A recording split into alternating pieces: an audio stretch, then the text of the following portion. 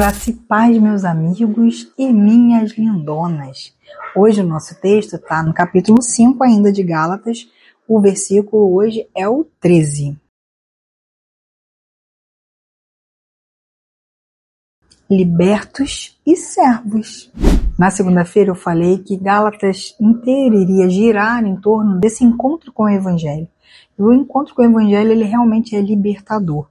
Ontem nós falamos mais sobre isso, né? Essa liberdade que temos em Cristo Jesus e que cabe a nós não nos sujeitarmos a novos jugos de escravidão ou a antigos jugos de escravidão. E hoje a palavra ela vai nos constranger também, dizendo que nós somos libertos, sim, mas não para viver de qualquer maneira ou para viver para onde nosso nariz está apontando, o que o nosso coração está desejando. Não é esse tipo de liberdade, né? A liberdade que nós temos em Cristo Jesus é uma liberdade que nos torna aptos a fazer melhores escolhas. E a melhor de todas as escolhas é ser livre em Jesus para servir. Loucura? É um pouquinho. O Evangelho, para quem não conhece, é loucura, mas para quem conhece, é o poder de Deus. E essa proposta do Evangelho ela é realmente muito revolucionária.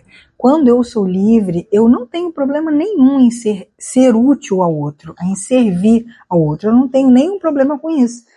Isso não é humilhante, isso não me diminui, isso não me causa nenhum tipo de constrangimento, nada disso. Ao contrário, é muito bom. A pessoa se sente muito bem quando ela serve ao outro, quando ela sente que ela pode ser útil em alguma coisa, quando ela pode estender a mão. Isso faz um bem enorme. Você faz bem para a pessoa, mas quem faz o bem para alguém também é muito abençoado. É esse nível de liberdade aqui. Ele fala, não aproveitem o fato de vocês serem livres para quererem ser independentes.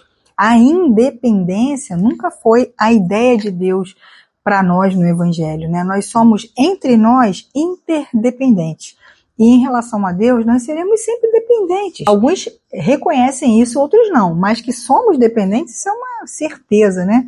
Nós precisaríamos lutar com mais garra para nós sermos independentes do pecado, do mal. Aí isso a gente tinha que ser independente mesmo. Mas, infelizmente, a nossa carne ela tem uma ligação complicada de romper, né? Então, enquanto estamos aqui nessa terra, a gente luta contra ela.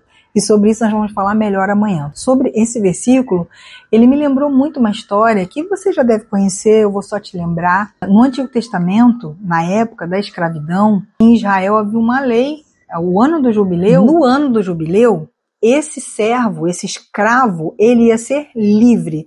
E claro que tudo que ele adquiriu ali naquela casa não lhe pertencia, porque um escravo não é dono de nada, né? E isso fazia com que muitos escravos quisessem ficar por tanta coisa que ele amava que estava ali.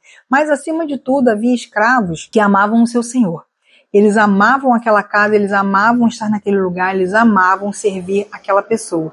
E eles decidiam ficar. Então, quando chegava o ano do jubileu e esse escravo tinha que ser liberado, mas decidia ficar, havia um símbolo, né? Então, era proposto o seguinte, se o escravo decidir ficar, leva ele até a porta e o método de então, né? Fura a orelha dele na sovela da porta. E a orelha desse servo era furada.